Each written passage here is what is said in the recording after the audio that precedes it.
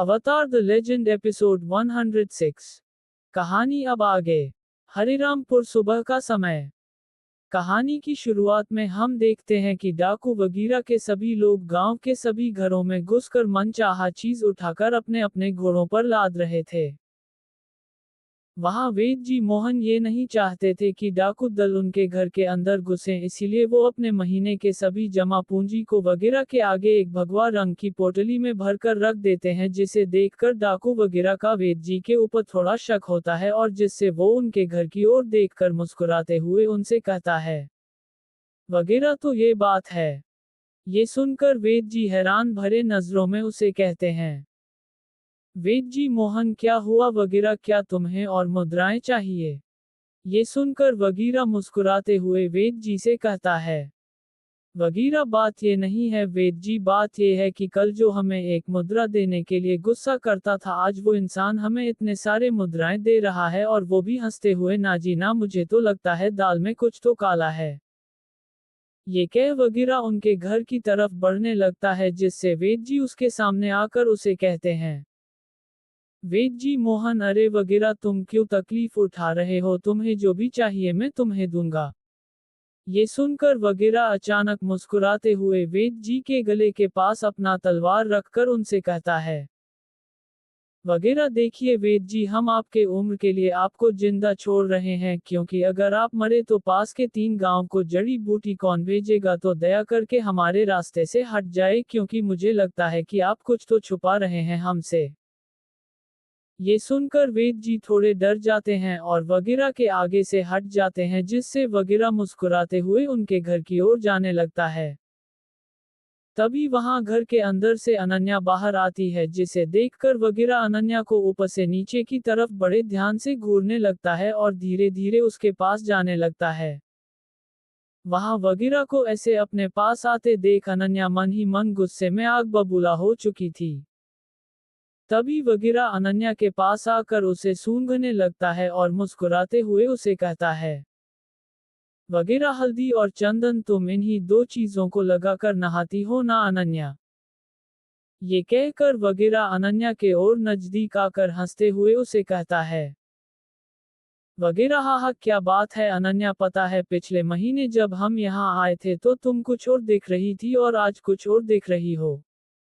ये कहकर वगैरह मुस्कुराते हुए वेद जी की तरफ मुड़कर उन्हें कहता है, वगैरह ए वेद जी, सच सच बताना, आखिर आप किस तरह की जड़ी बूटी अपनी बेटी को दे रहे हैं, जिससे आपकी बेटी दिन पर दिन और भी ज्यादा सुंदर होती जा रही है। वहां वगैरह की ऐसी हरकतों को देखकर सभी गांव वाले मन ही मन गुस्सा हो रहे थे, पर डाकुओं से डरकर सब शांत अपने अपने जगह खड़े होकर ये सब देख रहे होते हैं। तभी वगैरह मुस्कुराते हुए अनन्या से कहता है, वगैरह पता है, अगर आप हमारे निचले जाति के होते ना तो हम आपको कब से उठाकर आपसे शादी कर चुके होते, पर क्या करें, हमारे भी कई अपने निजी नियम हैं जिनसे हम बंधे हैं। ये सुनकर अनन्या गुस्से में वगैरह की ओर देखने लगती है, जिससे वगैरह मुस्कुराते हुए अनन्या से कहता है, वगैरह हाय, ये नजर कोई बात नहीं, हम जानते हैं कि आप हमसे क्यों गुस्सा हैं। ये कहकर वगैरह अनन्या के दाएं तरफ से उनके घर की तरफ बढ़ने ही वाला होता है कि तभी पीछे से कोई वगैरह से कहता है, रामलाल सरपंच, ये क्या हो रहा है वगैरह? ये सुनकर वगैरह अपने पीछे की ओर मुड़ता है, जहां वो देखता है कि उसके पीछे सफेद कपड़े, लाल रंग की धोती और सर पर एक लाल रंग की पगड़ी पहने 55 साल उम्र के उस गांव के सरपंच खड़े थे, जिन्हें देखकर वगैरह मुस्कुराते हुए उन्हें कहता है, वगैरह अरे सरपंच जी, आप यहाँ।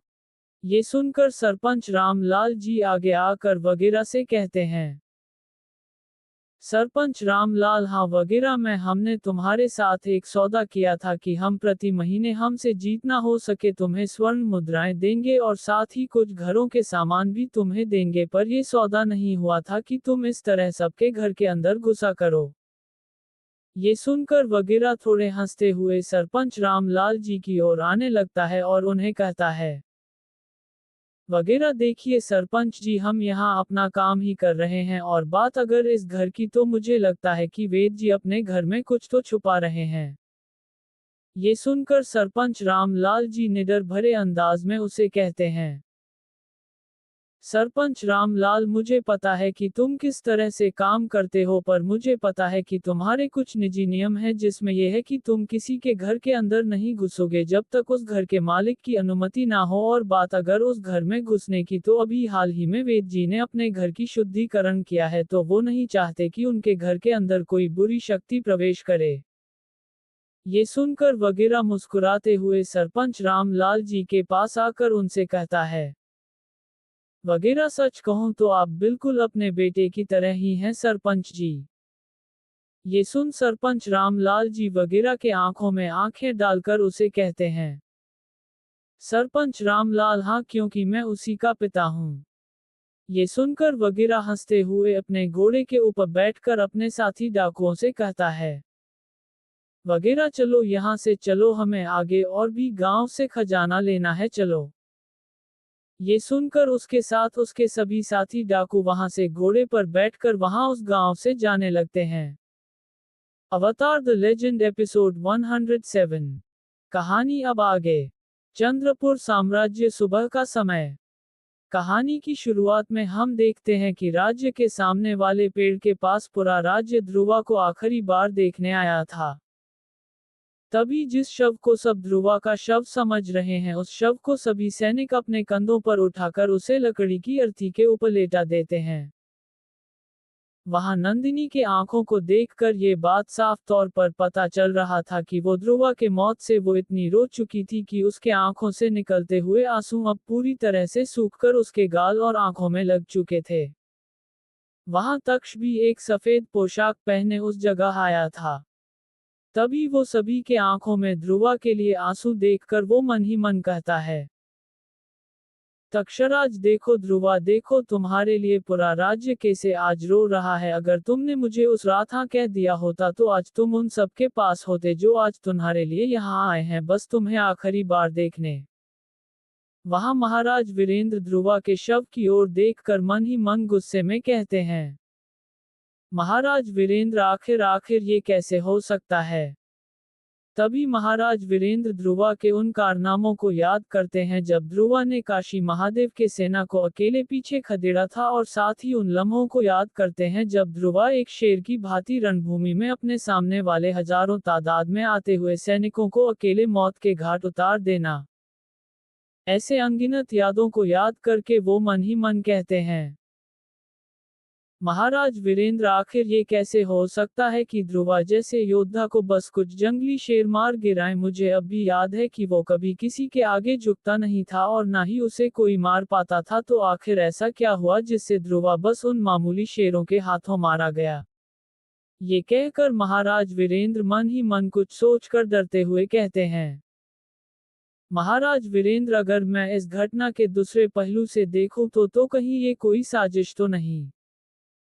ये कहकर वो अपने चारों तरफ सभी के चेहरे देखते हुए मन ही मन कहते हैं, महाराज वीरेंद्र, हाँ, ये कोई साजिश हो सकता है, क्योंकि कि इस बात का कोई मतलब ही नहीं बनता कि एक ऐसे योद्धा की मृत्यु कुछ 2-4 शेरों से हो जाता है, क्योंकि ध्रुवा अकेला 100 सैनिक के बराबर था, तो मुझे लगता है कि उसके मौत के पीछे किसी चालाक व्यक्ति का हाथ हो सकता है। तभी वहां हम देखते हैं कि बोला आगे आकर ध्रुवा के अर्थी में आग लगाता है और अपने घुटनों के बल बैठकर जोर जोर से रोने लगता है। हरिरामपुर। तभी हम वहां देखते हैं कि सरपंच रामलाल जी ध्रुवा, जो कि अभी भी जिंदा लाश की तरह पड़ा हुआ था, उसे देखकर सरपंच रामलाल जी वेद जी से पूछते हैं, सरपंच रामलाल, क्या ये अब भी।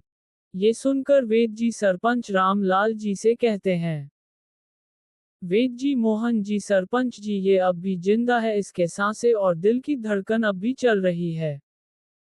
ये सुनकर सरपंच जी हैरान भरी नजरों से ध्रुवा की ओर देखकर वेद जी से कहते हैं, सरपंच रामलाल, अगर ये सच में जिंदा है तो ये अब तक उठा क्यों नहीं।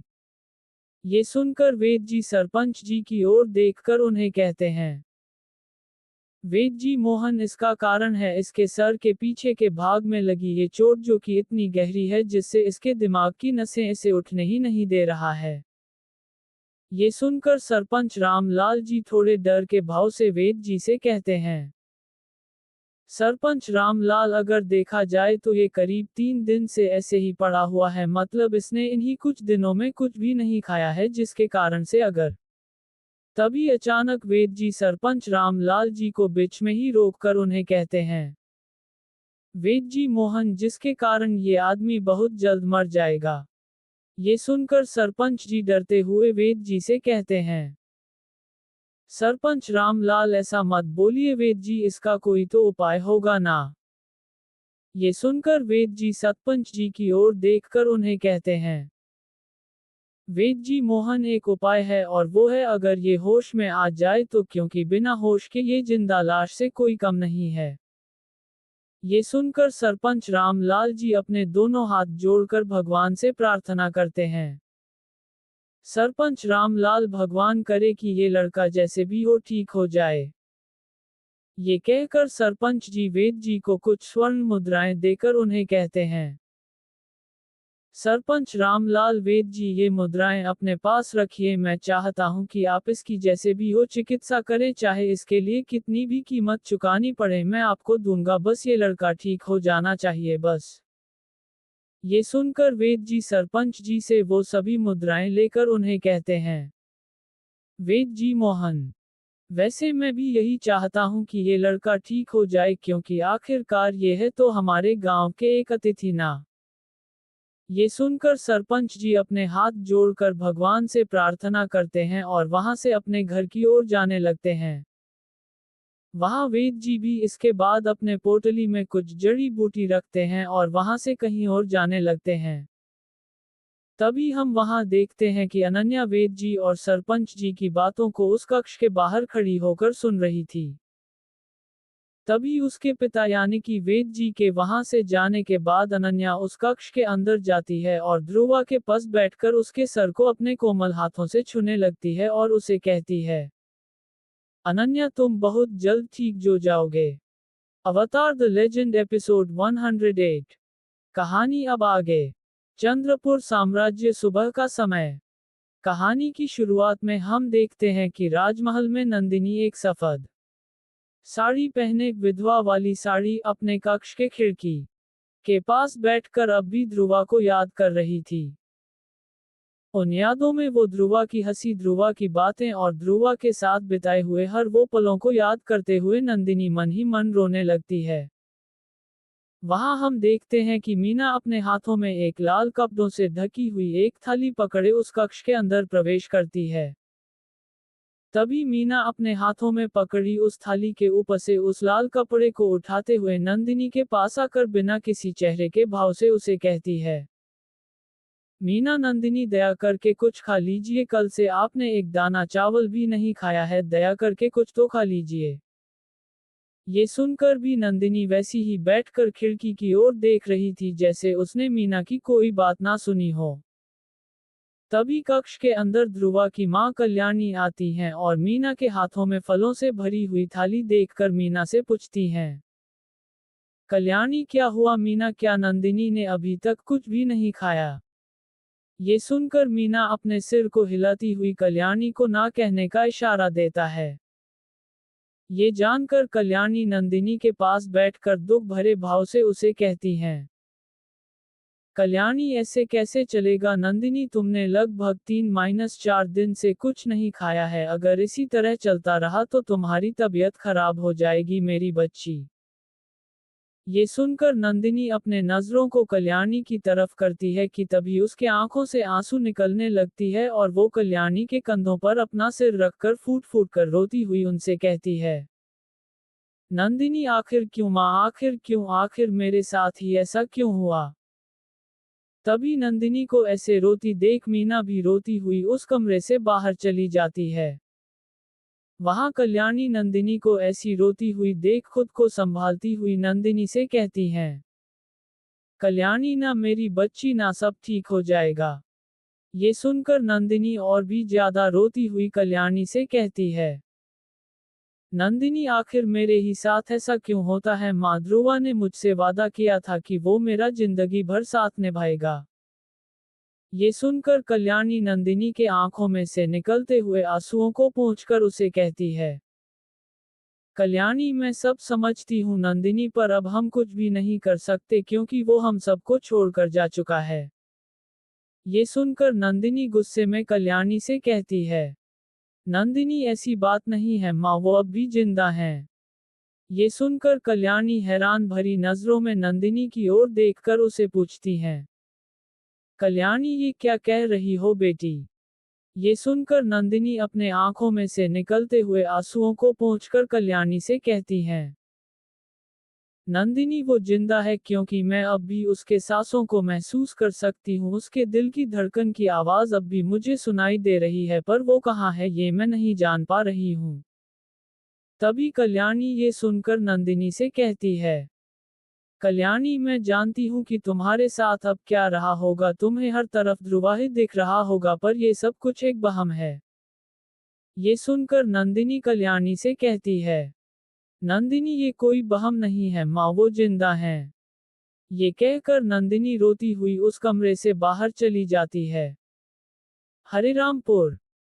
वहां हम देखते हैं कि अनन्या एक पीले रंग की साड़ी पहने और माथे पर चंदन का टीका लगाए पूजा घर में पूजा कर रही थी। तभी वहां कुछ बच्चे आकर ध्रुवा, जो कि अभी भी उसी पलंग पर लेटा हुआ था, उसे देखकर उनमें से एक छोटी सी बच्ची अनन्या से जाकर पूछती है, कीरा दीदी दीदी वो लड़का अब तक उठा क्यों नहीं? ये सुनकर अनन्या अपनी पूजा खत्म करके उस बच्ची से कहती है, अनन्या कौन कहता है वो अभी तक उठा नहीं, वो तो सुबह उठकर नहा धोकर सो चुका है। ये सुनकर वो बच्ची मुस्कुराती हुई अनन्या से कहती है, कीरा क्या सच में दीदी? ये सुनकर अनन्या मुस्कुराती हुई उस बच्ची से कहती है, अनन्या हाँ। तभी कुछ देर वो बच्चे वहां रुकने के बाद बाहर जाकर अपने अपने खेल खेलने लगते हैं।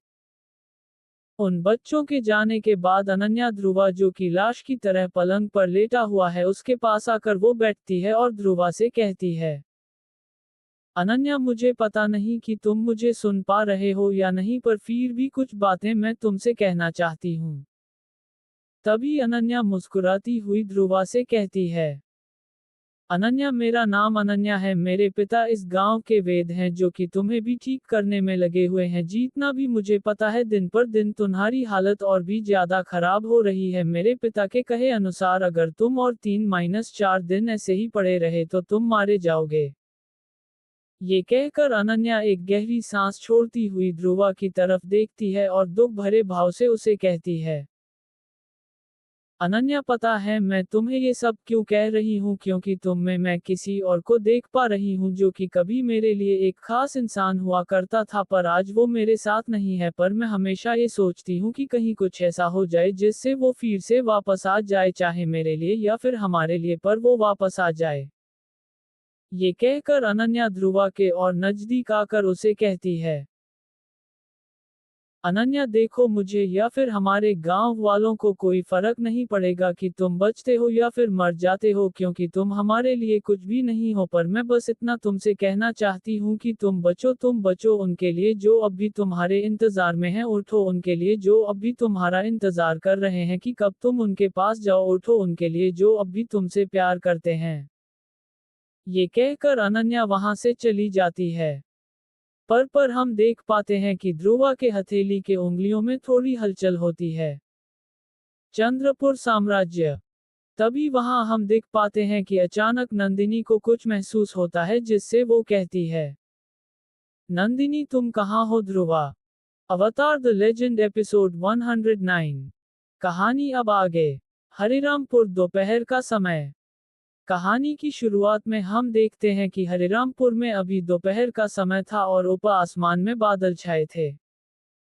तभी हम देखते हैं कि वेद जी के घर के सामने पूरे गांव वालों की भीड़ जम चुकी थी। चंद्रपुर साम्राज्य।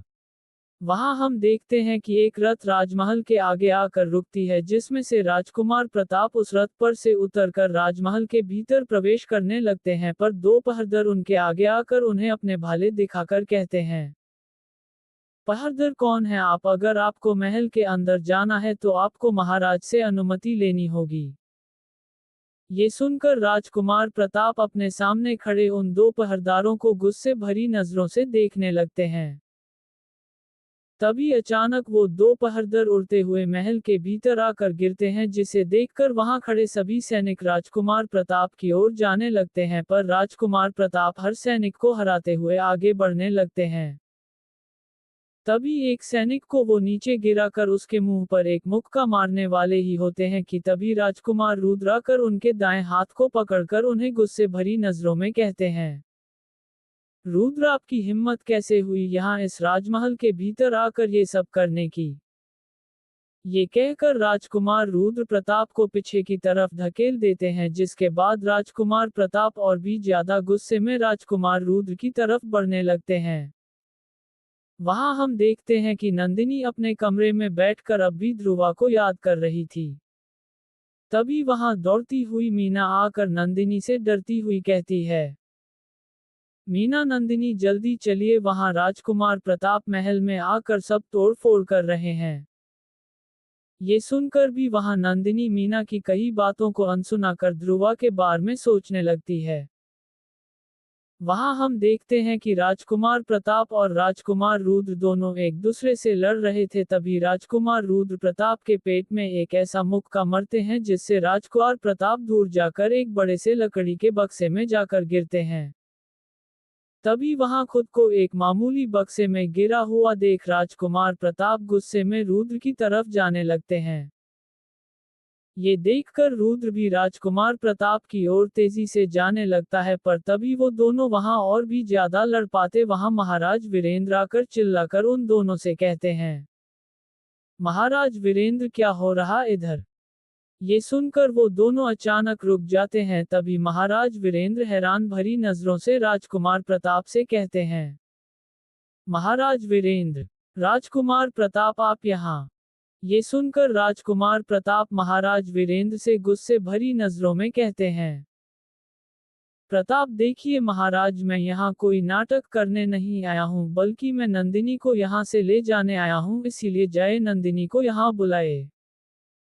ये सुनकर महाराज वीरेंद्र राजकुमार प्रताप के पास आकर उनसे हैरान भरी नजरों से पूछते हैं, महाराज वीरेंद्र ये क्या कह रहे हैं आप, राजकुमार नंदिनी हमारे घर की बहू है और आप कह रहे हैं। तभी राजकुमार प्रताप गुस्से में महाराज वीरेंद्र को बीच में ही रोककर उन्हें कहते हैं, प्रताप हाँ, मैं अपनी बहन को यहाँ से ले जाने आया हूँ।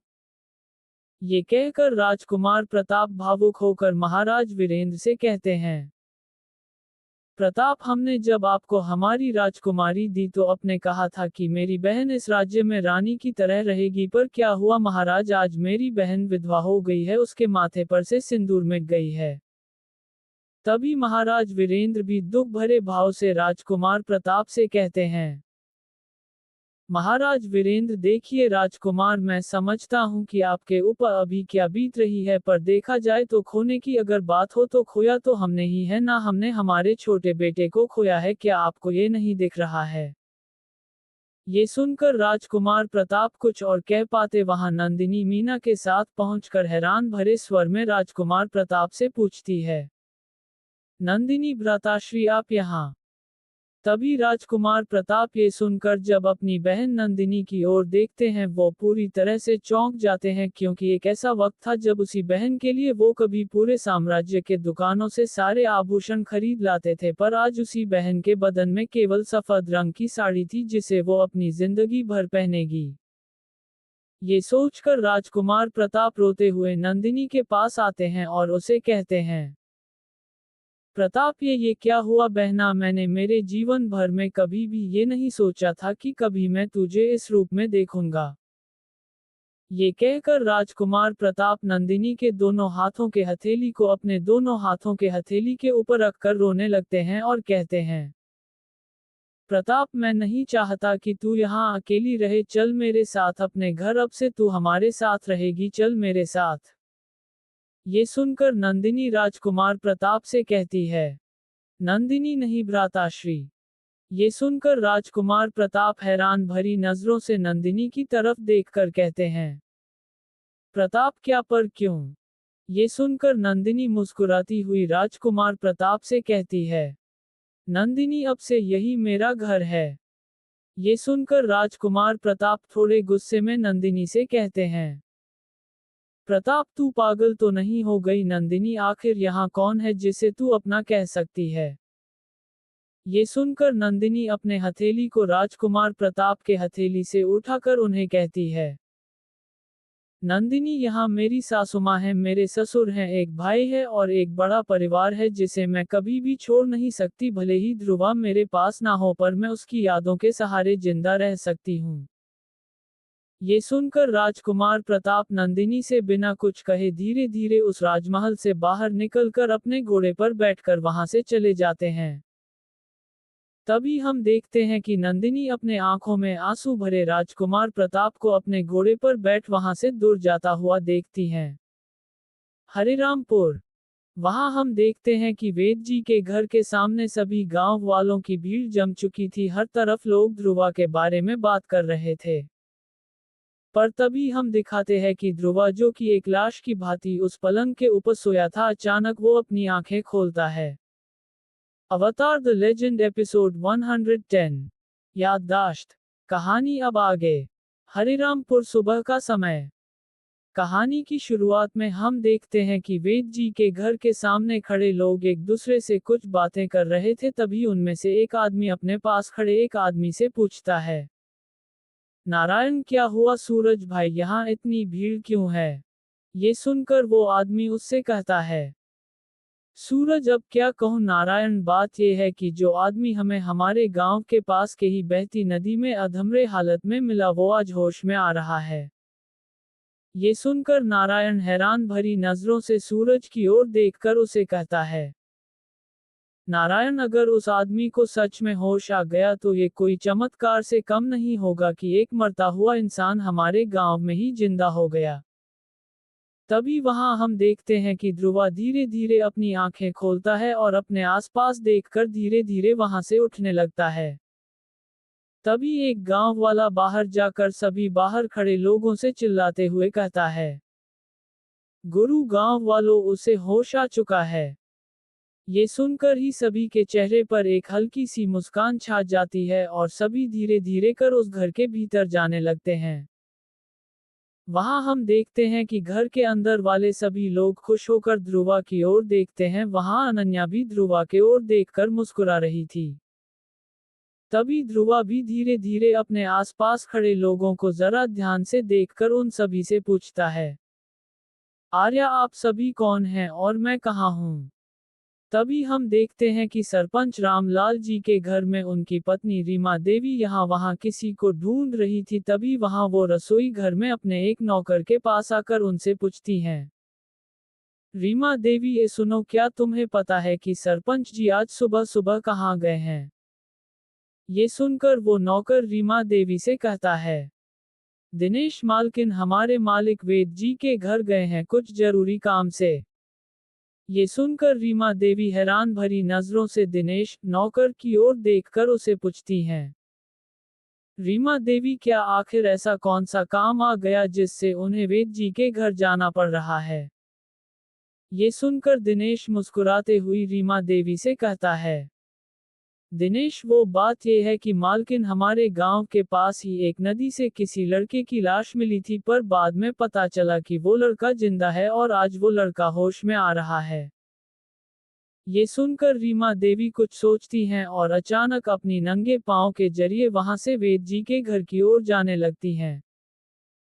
तभी हम वहां वेद जी के घर देखते हैं कि सरपंच जी ध्रुवा के पास आकर बैठ जाते हैं और उसे कहते हैं, सरपंच रामलाल, देखो, हम तुम्हें हमारे और इस गांव के बारे में सब कुछ बताएंगे पर उससे पहले तुम हमें बताओ कि आखिर तुम कौन हो और कहना से आए हो। ये सुनकर ध्रुवा अपने सर के पीछे वाले हिस्से को छूकर अपने सामने बैठे सरपंच जी को कहता है, ध्रुवा, मैं हूँ। ये सुनकर वेद जी भी ध्रुवा के पास आकर उसे पूछते हैं, वेद जी, मोहन, हाँ हाँ, तुम्हारा नाम? ये सुनते ही ध्रुवा मन ही मन सोचता है और अपने सामने खड़े सभी लोगों से कहता है, ध्रुवा, मेरा नाम, मैं कौन हूँ, आप सब कौन हैं? ये सुनकर उसके सामने खड़े सभी लोग चौंक जाते हैं और उनमें से एक आदमी सबसे चिल्लाते हुए कहता है, कवि, अरे इसकी तो याददाश्त ही चली गई है। तभी ये सुनकर अनन्या ध्रुवा के पास आकर उसे पूछती है, अनन्या ये क्या कह रहे हो तुम, देखो याद करने की कोशिश करो कि तुम कौन हो और कहां से आए हो। ये सुनकर ध्रुवा के सामने कुछ धुंधले यादें आने लगती है जिन्हें वो याद करने की कोशिश करता है। तभी हम देखते हैं कि गांव वालों के भीड़ में से सरपंच की पत्नी रीमा देवी धीरे धीरे कर आगे बढ़ने लगते हैं। तभी ध्रुवा जितना भी कोशिश करे उसे उसके अतीत के यादें दिख ही नहीं रहे थे। तभी ध्रुवा चिल्लाते हुए अपने सामने खड़े सभी लोगों से कहता, ध्रुवा मुझे कुछ भी याद नहीं, मैं कौन हूँ और कहाँ से आया हूँ। तभी हम देखते हैं कि धीरे धीरे आगे बढ़ते हुए रीमा देवी ध्रुवा के सामने खड़े होकर अपने आंखों में आंसू भरे उस कहती हैं, रीमा देवी तुम्हें कुछ याद करने की जरूरत नहीं है मेरे बच्चे, मैं तुम्हारी माँ हूँ और तुम्हारा नाम है कृष्णा। ये सुनकर सभी गांव वाले हैरान भरी नजरों से रीमा देवी की ओर देखने लगते हैं। वहां ये सुनकर ध्रुवा भी बिना कुछ सोचे अपने सामने खड़ी रीमा देवी की ओर देख उनसे पूछता है, ध्रुवा क्या क्या आप सच में मेरी माँ हैं? ये सुनकर ही रीमा देवी दौड़ती हुई ध्रुवा के पास आकर उसे गले लगाकर कहती हैं, रीमा देवी हाँ मेरे पुत्र, मैं तुम्हारी माँ हूँ और तुम मेरे एकमात्र पुत्र कृष्णा हो। ये सुनकर ध्रुवा के भी आंखों से आंसू निकलने लगते हैं और वो भी रोते हुए रीमा देवी से कहता है, ध्रुवा मुझे माफ कर दो माँ, मैं तुम्हें पहचान नहीं पाया। तभी ये सब देख वहां खड़े सभी लोग हैरान भरी नजरों से ध्रुव और रीमा देवी की ओर देखने लगते हैं। तभी अचानक ध्रुवा कुछ और कह पाता, धीरे धीरे उसके आंखें बंद होने लगते हैं और तभी वो फिर से बेहोश हो जाता। ये देखकर वेद जी मोहन फिर से आर्या के पास बैठकर उसके दाएं हाथ के कलाई को छूने लगते हैं। तभी ये देखकर रीमा देवी भी डरती हुई वेद जी से पूछती हैं, रीमा देवी क्या मेरा पुत्र कृष्ण ठीक है?